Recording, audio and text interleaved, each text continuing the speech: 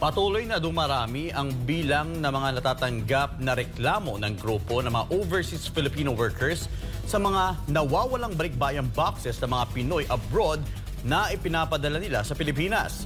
Dismayado ang grupo dahil hindi naman inaaksyonan ng Marcos administration ang naturang issue sa kabila ng walang tigil nilang panawagan na pansinin man lang ang kanilang mga reklamo. Narito ang exclusive report ni Cherry Light. Kahit pabalik-balik na sa tanggapan ng Senado ang mga grupo ng OFW kaugnay nga sa kanilang kahilingan na magsagawa ng investigasyon hinggil sa libo-libong mga OFW na biktima ng mga nawawalang balikbayan boxes ay umaasa pa rin na dinggin ang kanilang panawagan. Sana po, pero nakakadismaya lang. Ako, sobra po akong nadismaya. Si Ruchi at si Rosa Marie ay parehong mga OFW mula sa Middle East. Noong nakaraang taong pa lang nila ipinadala ang kanilang balikbayan box sa Pilipinas habang sila ay nasa ibayong dagat.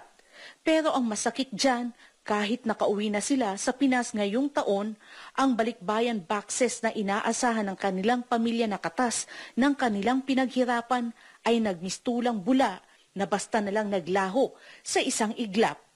Nakakapagod na rin eh. Tapos, nakailang balik na kami sa Senado. Walang aksyon. Kumbaga, pinasapasa na lang kami kung kani-kanino. Tapos, nagkarating na rin kami sa Baguio.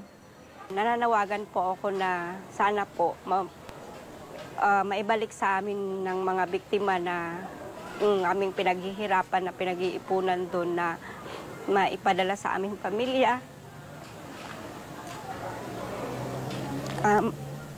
Marami po sa mga kasama ko sa bahay na biktima rin sila, 4 na karton.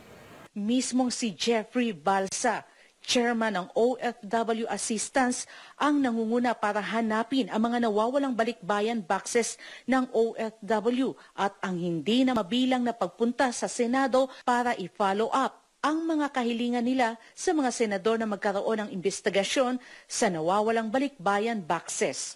Pabalik-balik na lang po ako sa Senado.